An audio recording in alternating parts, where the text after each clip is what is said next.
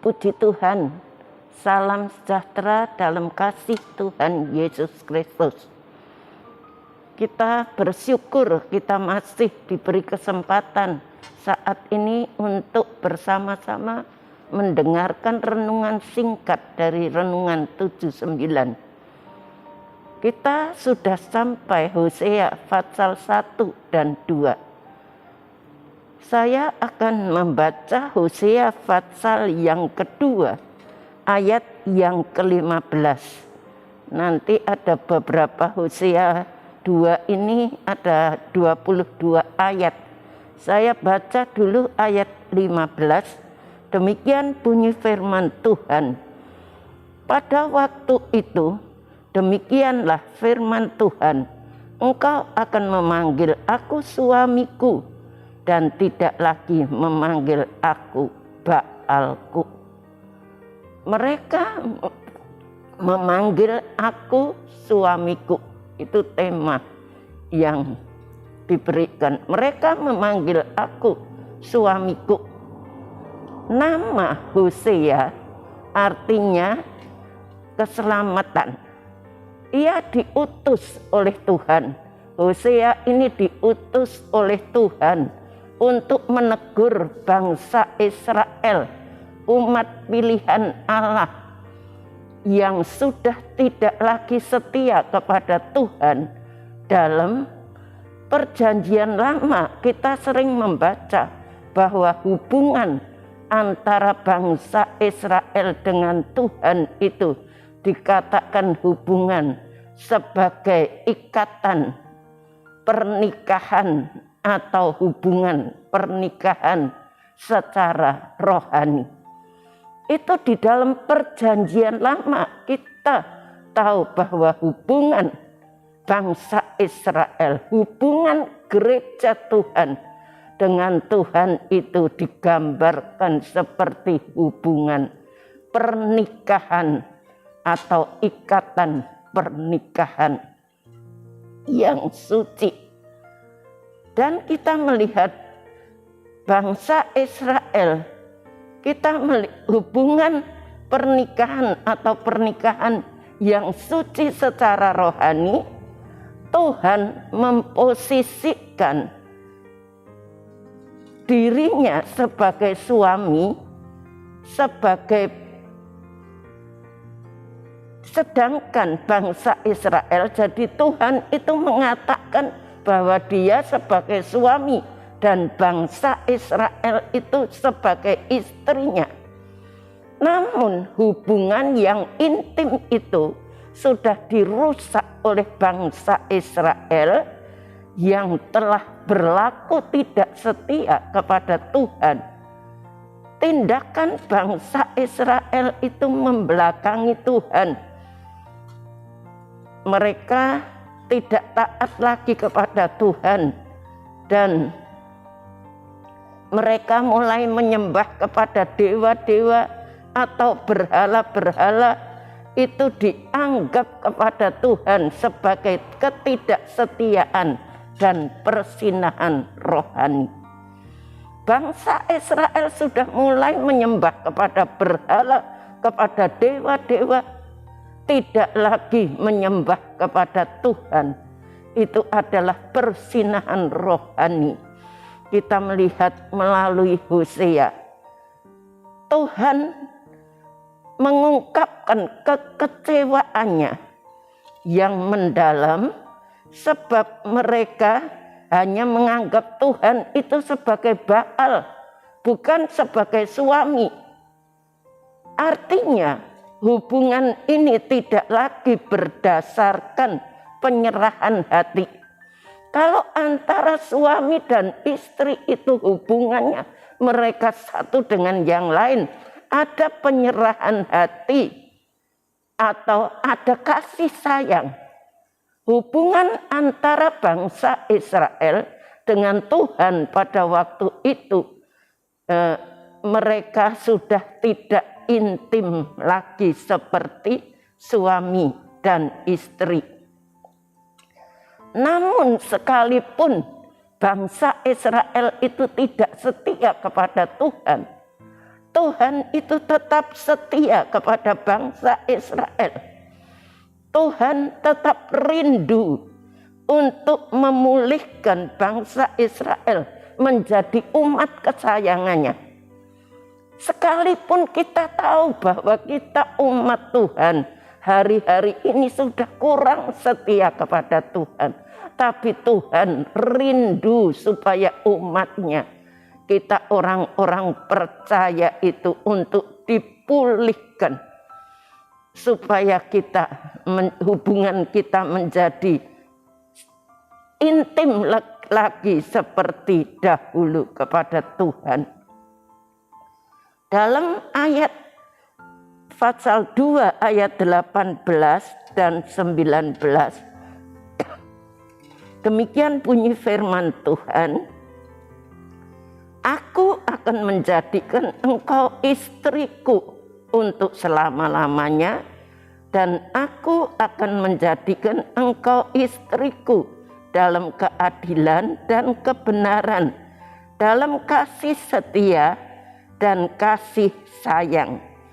Aku akan menjadikan engkau istriku dalam kesetiaan, sehingga engkau akan mengenal Tuhan.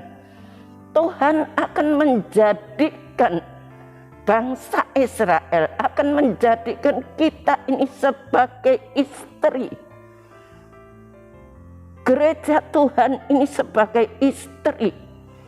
Aku akan menjadikan engkau istriku untuk selama-lamanya, dan aku akan menjadikan istriku dalam keadilan dan kebenaran, kasih setia dan kasih sayang.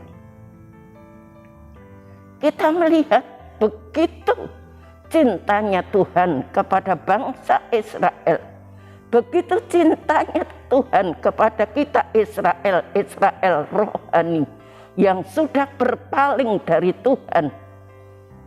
Dia tetap akan menjadikan kita gereja Tuhan sebagai istri. Dikatakan dalam ayat ini, hubungan sebagai istri, dan juga aku akan menjadikan engkau istriku dalam kesetiaan, sehingga engkau akan mengenal Tuhan. Kita akan dijadikan istri dalam kesetiaan, sehingga kita mengenal Tuhan. Tuhan memperlakukan umat Israel dengan begitu sabar agar dapat membawa mereka pulang kembali ke dalam pelukannya. Jadi Tuhan itu begitu sabar, panjang sabar Allah itu luar biasa. Dia begitu sabar supaya bangsa Israel itu boleh kembali kepada pelukannya, supaya kita gereja Tuhan, umat Tuhan yang sudah jauh daripada Tuhan, boleh kembali di dalam pelukan kasih sayang daripada Tuhan. Kalau kita memperhatikan seluruh sejarah bangsa Israel, bagaimana Tuhan mengasihi mereka dan tetap berlaku sabar kepada bangsa Israel. Bangsa Israel itu bangsa yang tegar tengkuk, keras kepala. Seringkali kita pun umat Tuhan seperti bangsa Israel, keras kepala, tegar tengkuk, tidak taat kepada firman Tuhan. Sekalipun mereka telah bercabang hati, hendaknya hal itu menguatkan iman kita selaku Israel rohani. Mereka bercabang hati menyembah kepada berhala, tetapi Tuhan itu tetap setia kepada kita. Tuhan tetap mengasihi kita. Tuhan tetap akan memulihkan kita. Dia berjanji akan tetap menjadi suami yang setia. Tetap setia, dan supaya akhirnya kita boleh memanggil Tuhan itu sebagai suami, dan Tuhan berjanji, aku akan menjadikan engkau sebagai istri dalam kesetiaan, sehingga engkau akan memanggil aku Tuhan. Dan kita tidak lagi berada di dalam lembah Ahor, tetapi lembah Ahor itu diubah menjadi pintu pengharapan. Kita tidak akan tinggal di dalam lembah bayang-bayang maut. Daud mengatakan dalam Mazmur 23 ayat 4, sekalipun aku berada dalam lembah bayang-bayang maut, maka lembah itu akan diubah. Tuhan ada di situ. Kalau Tuhan ada, Tuhan selalu akan mengubah lembah Ahor yang tidak ada harapan menjadi pintu pengharapan. Mungkin ada di antara Bapak Ibu jemaat GPDI El Shaddai yang sudah merasa tidak ada harapan.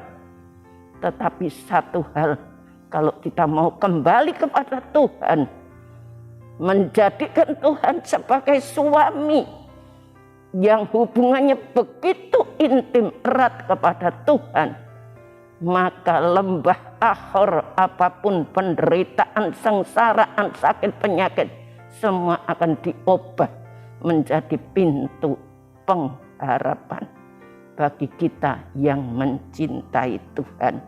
Nah, aku akan menjadikan engkau istriku dalam kesetiaan, sehingga engkau akan mengenal Tuhan. Itu dalam ayat 19.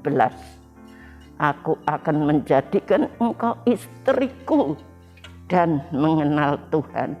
Kesetiaan Tuhan atas kita itu tidak pernah berubah.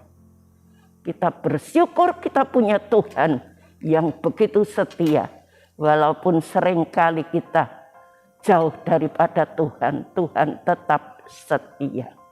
Sekian firman Tuhan, Tuhan memberkati. Kita mau sama-sama berdoa. Bapa yang ada di dalam surga, kami bersyukur kepadamu, Engkau sudah memberikan firman-Mu. Seringkali kami jauh daripadamu seperti bangsa Israel. Tuhan tolong ampuni segala dosa kesalahan kami. Bawa jemaat-Mu GPDI El Shaddai di hari-hari yang susah ini. Kami boleh lebih sungguh-sungguh mendekatkan diri kepadamu. Hanyalah Engkau pengharapan kami Tuhan. Engkau tidak pernah tinggalkan kami. Sekalipun berada di dalam lembah bayang-bayang maut, Engkau ada. Terima kasih Tuhan, terima kasih. Kami berdoa terus untuk seluruh jemaat GPDI El Shaddai. Beri kekuatan, kesehatan, perlindungan khususnya Ibu Gembala kami Susan Malino. Tuhan, Engkau berikan kekuatan, ketabahan, hikmat yang bertambah-tambah dalam mengatasi setiap masalah.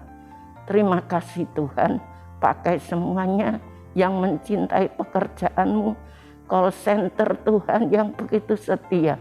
Berkati, beri kekuatan, kesehatan kepada mereka. Terima kasih. Lakukanlah kewajiban-Mu kepada jemaat GPDI El Shaddai, supaya jemaat GPDI El Shaddai hidup dan jemaat GPDI El Shaddai hendaknya berpegang pada firman-Mu.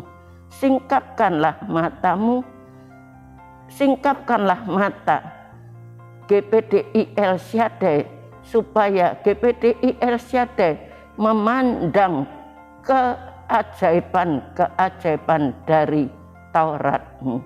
Terima kasih Tuhan. Amin.